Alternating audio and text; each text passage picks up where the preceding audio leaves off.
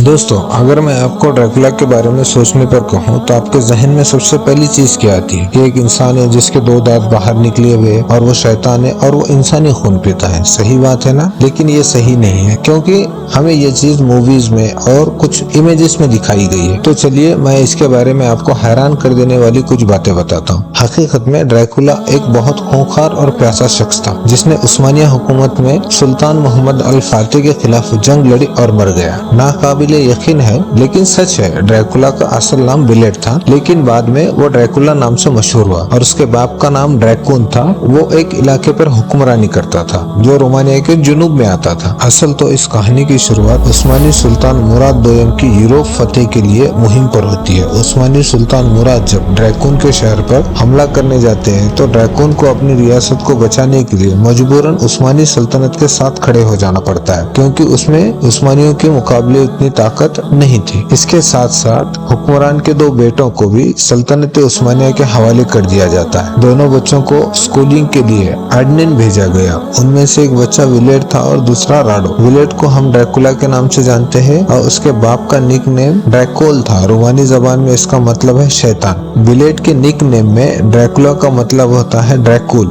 ڈریکول کا بیٹا۔ دوسرے الفاظ میں اگر میں آپ سے کہوں تو شیطان کا بیٹا۔ یہ کہانی سنانے کے بعد ہم دیکھتے ہیں کہ وہ اس نک نیم کے حقدار ہے یا نہیں۔ تو دونوں بھائی ایڈنن شہر پہنچتے ہیں۔ یہاں انہوں نے ولیڈ کو اسپیشل ایجوکیشن پروگرام میں داخل کیا۔ مراد اول رومانی بچے کو بہترین تعلیم دینا چاہتے تھے، لہٰذا انہوں نے اسے شہزادہ محمد کے ساتھ اسکول میں داخل کیا۔ شہزادہ محمد نے اپنے رومانی دوستوں کے ساتھ سخت ٹریننگ کی۔ کئی سال ان دونوں کو غیر ملکی لینگویجز، تلوار بازی، گھوڑ سواری اور حکومت کی باریکیاں سکھائی گئی۔ ان سالوں میں دونوں رومانی بھائیوں نے اسلام کے بارے میں بھی جانا، اور ڈریکولا کے بھائی راڈو نے اسلام قبول کرنے کا فیصلہ کر لیا۔ اس نے قرآن حفظ کیا اور اسلام کے مطابق مزید جاننے کا فیصلہ کیا، اور ولیڈ نے بھی قرآن کا معائنہ کیا تھا لیکن وہ مسلمان نہیں ہوا۔ ضروری ٹریننگ حاصل کرنے کے بعد ولیڈ اپنے آبائی وطن واپس چلا گیا، لیکن راڈو وہیں رکنے کا فیصلہ کیا۔ اس دوران دونوں بھائیوں کی فیملی کو قاتلوں نے ختم کر دیا تھا، اور ڈریکولا اکیلا وارث تھا۔ اس نے عثمانی سلطان سے وفاداری کا وعدہ کیا اور آگے چل کر اپنے ملک کا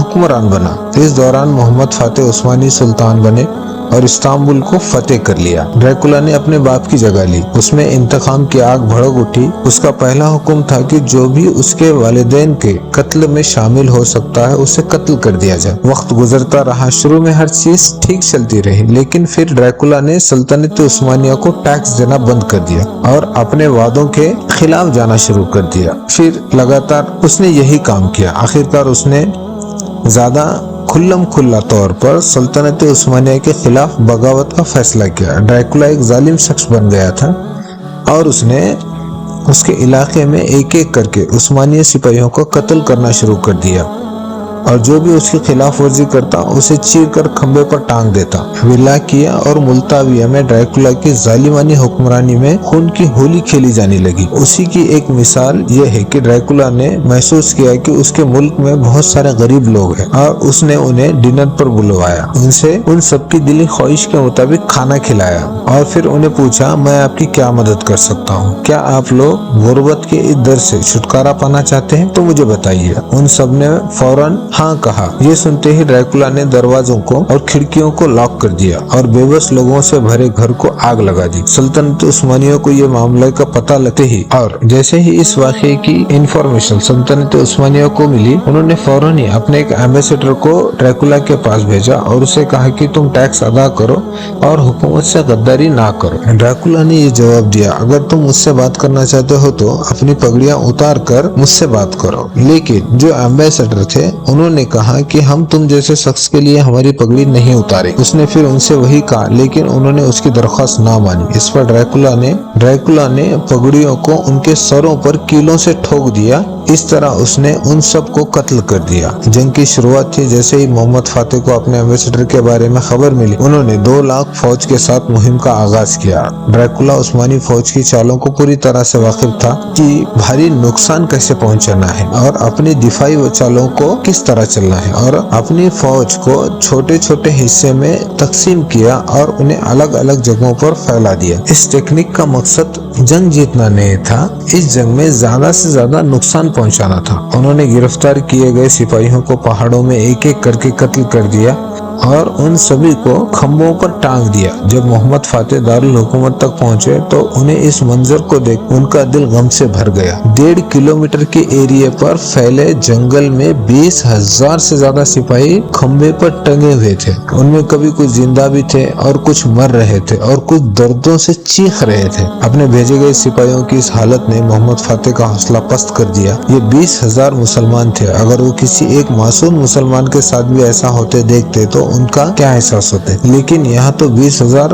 معصوم مسلمان کھمبوں پر ٹنگے ہوئے۔ ڈریکولا کو سبق سکھانے کے لیے عثمانی فوج آگے بڑھی، مگر وہ 900 میٹر اونچے کھڑے پہاڑ پر اپنے قلعے میں چھپ گیا۔ اس قلعے تک پہنچنا مشکل تھا، نیچے سے اس پر حملہ کرنا ناممکن تھا۔ یہ محاصرہ کئی ہفتے جاری رہا۔ محمد فاتح نے فیصلہ کیا کہ انہیں استنبول واپس چلے جانا چاہیے۔ ان سے چند فوجی دستے وہیں چھوڑے اور استنبول کے لیے روانہ ہو گئے۔ اسی دوران ڈریکولا کی بیوی کو قلعے کے اندر کی فضا ناقابل برداشت لگی، اس وجہ سے اس نے قلعے کے کنارے سے چھلانگ لگا کر مر گئی، اور ایک رات ولیٹ یعنی کہ ڈریکولا ہنگری فرار ہونے میں کامیاب ہو گیا۔ ہنگری کے لوگ بھی اس کے ظلم و ستم سے بہت پریشان ہوئے تھے اور وہ بھی اس کے شکار تھے، لہٰذا ولیٹ کو وہاں پہنچتے ہی انہوں نے اسے قید کر لیا۔ اس نے قید خانے میں 12 سال گزارے۔ ولیٹ جو ڈریکولا کے نام سے زیادہ مشہور تھا، لمبے عرصے سے غائب تھا۔ ان سالوں کے دوران یورپ میں تبدیلیاں آ چکی تھی۔ آخرکار ہنگری کے بھی بادشاہ نے اسے رہا کر دیا اور اس کی شادی اپنے ایک رشتہ دار سے کروا دی۔ بعد میں اس نے ولیٹ کو اپنا مذہب تبدیل کرنے کو کہا، جسے اس نے قبول کر لیا، اور ڈریکولا کے ساتھ مل کر انہوں نے 2 سالوں میں بہت سے عثمانی قلعے فتح کیے۔ انہوں نے کئی عثمانی فوجیوں کو قتل کیا اور پورے 14 سال بعد ڈریکولا کو ولاکیا میں دوبارہ دیکھا گیا۔ غیر ملکی دستوں کی مدد سے اس نے حکمرانی دوبارہ حاصل کر لی۔ اس کے عوام کو جب اس کی آمد کا پتہ چلا تو وہ سخت ناخوش ہوئے۔ ظاہر ہے محمد فاتح کو بھی اس بات کا علم تھا۔ محمد فاتح نے سلطنت عثمانیہ کی طرف سے ڈریکولا کے بھائی راڈو کو بھیجا، لیکن وہ کوئی بھی نتیجہ حاصل نہ کر سکے، ناکام رہے۔ اس پر سلطنت عثمانیہ نے ولاکیا میں اپنے سپاہیوں کو جمع کیا اور آخرکار عثمانی دستوں نے ٹرانسلوینیا کے جنگلوں میں ڈریکولا کو پکڑ لیا، اور یہ کہا جاتا ہے کہ ڈریکولا کو وہاں پر قتل کر دیا گیا۔ یہ بھی کہا جاتا ہے کہ اس جنگ کے دوران اسے اس کے اپنے عوام نے قتل کر دیا تھا۔ ڈریکولا نے جس نے اپنی حکومت میں ایسے خوفناک کام کیے جنہیں کرنے کا کوئی دوسرا سوچ بھی نہیں سکتا، قتل عام کرنے، خون کا پیاسا ہونے کے باعث ایک خون چوسنے والا ویمپائر کے طور پر اس کے اوپر کئی افسانے کردار بنے، اسے بہت سی موویز کا موضوع بنایا گیا۔ اس موویز کی بنیاد پہ بننے والا دور لا علمی اور بھول بھلیا میں کھو چکا تھا۔ تاریخ میں بہت سے غیر معمولی واقعات ہوئے ہیں اور ان میں سے یہ ایک ہے۔ کیا آپ کے خیال میں ولیٹ ڈریکولا یعنی شیطان کے بیٹے کا نک نیم کا حقدار ہے؟ اور ایسا کیسے ہو گیا کہ جبکہ وہ محمد فاتح کے ساتھ اسکول میں پڑھا تھا اور پھر اسی کے خطرناک ترین دشمنوں میں سے ایک بن کر ابھرا؟ کیا ظلم و ستم، قتل عام سے کسی کو خوشی ملتی ہے؟ انسان کے ذہن میں بہت سے سوال آتے ہیں اور میں مزید دلچسپ ویڈیو لے کر آتا رہوں گا۔ آپ لوگ میرے اس چینل کے ساتھ بنے رہیں اور آپ کی اس ویڈیو پر رائے ضرور کمنٹ میں بتائیے اور میرے اس چینل کو سپورٹ کیجیے۔ شکریہ۔